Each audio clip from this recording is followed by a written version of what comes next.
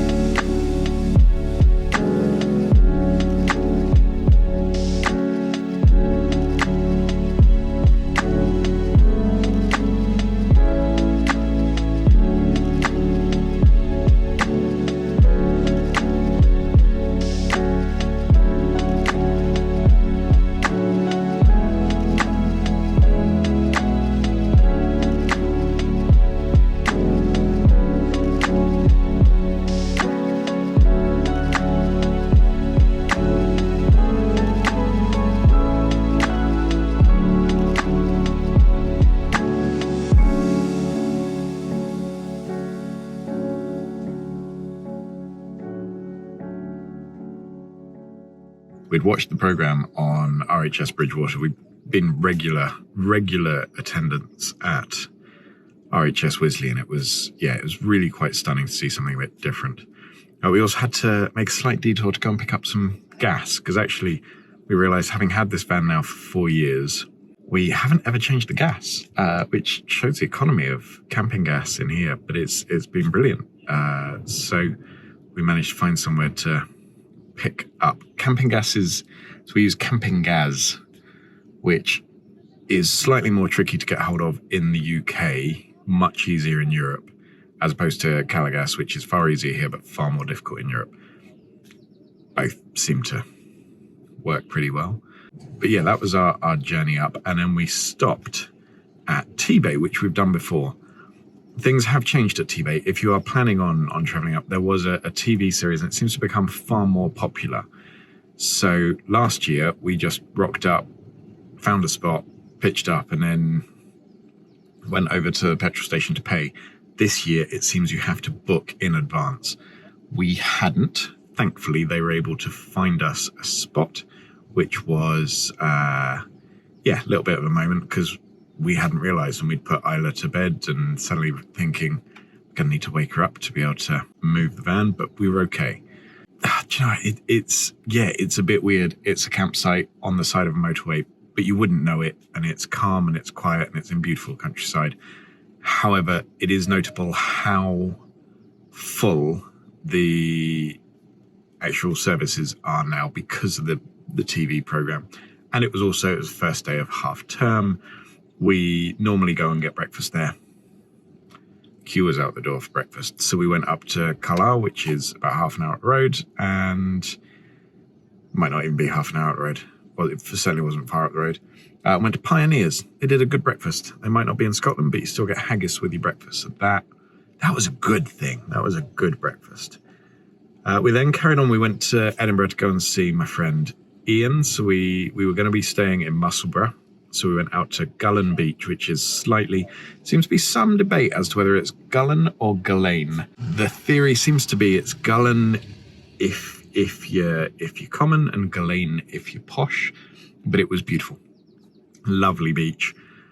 Calm, flat waters. Isla ran around and enjoyed the dig on the sand. And then we stayed at a campsite in Musselburgh, which would not normally be our first choice of campsite. It was much bigger, much fuller, much more of a kind of holiday park than we normally tend to stay in. But it was lovely. The facilities were great. It was all very straightforward. So one of the really useful things about breaking up the journey more on the way up is it meant we got a chance to actually shake down the van and see how it now deals with a 2-year-old. Because last year, you may have seen the videos, Isla was just barely one, crawling, but not really super mobile. Suddenly, a 2-year-old who can actually walk and talk and run around and press every button in the cab, it's become a little bit more of a challenge to help get her down. She is far more interested in pressing every button in the cab. So the cab hammock, I think this may be the last year for the cab hammock, but I also think she's now going to be big enough and sensible enough. I'm not entirely sure that's the right phrase.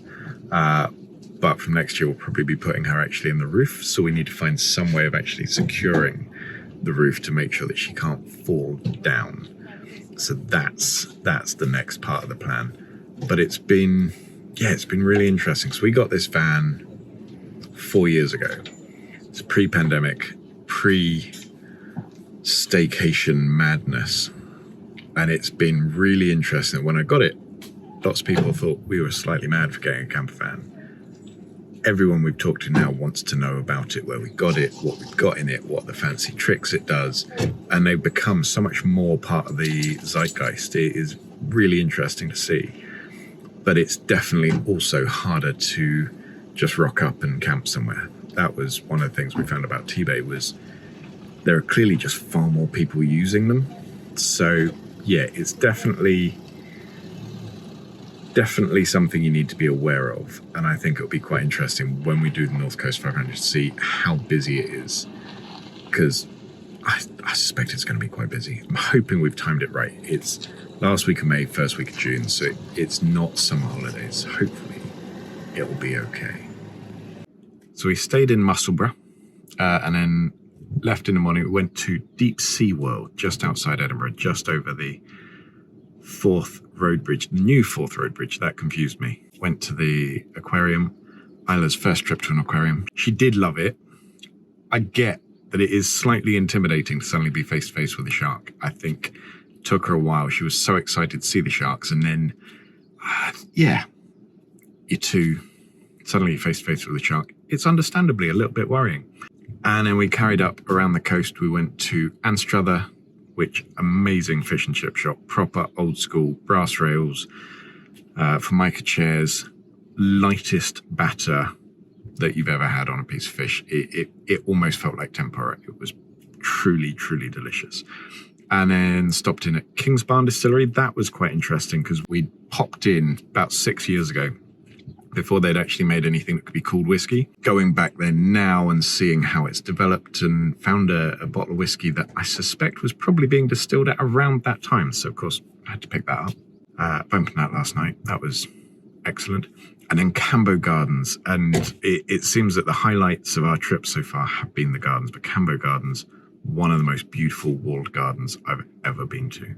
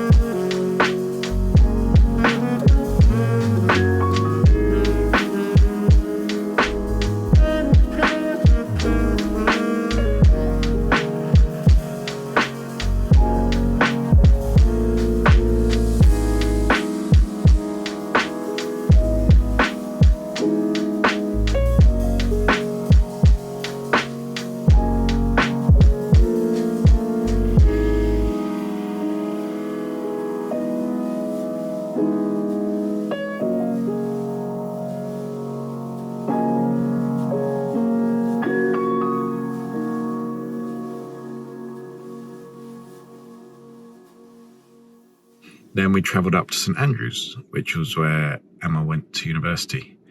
And so it was lovely just to be able to see the old town. Apparently there's a bit of a golf course there. Seems to be some sort of event coming up in a month or so. They were setting out the seating for it. So that was exciting to see. Went into a couple of golf shops. Decided I don't need to spend any money on golf stuff. So yeah, it was good. Speaking of food, we also went to S. Luca in Musselburgh. Brilliant ice cream. And then we went to Janetto's in St Andrews. Again, brilliant ice cream. They did a spiced apple crumble ice cream, which sounds a bit odd, but trust me when I say it was absolutely delicious. So the campsite that we stayed at in St Andrews was simple, straightforward, big empty field with PowerPoints on a slight hill. Definitely needed chocks, but lovely views out over the countryside. Would have been better if it hadn't been raining. Weather so far has been classic Scotland, where it will go from bright sunshine to pouring rain within the space of minutes. It's not super warm given that it's the end of May.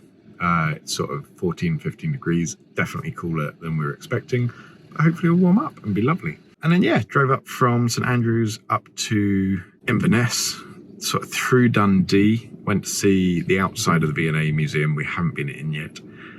Just a lovely trip. That is such a beautiful road. I know it's the A9. I know it's nothing particularly special, but it's a pleasing road to drive. It is beautiful on every side. You get to pass lots of interesting distilleries, places, mountains.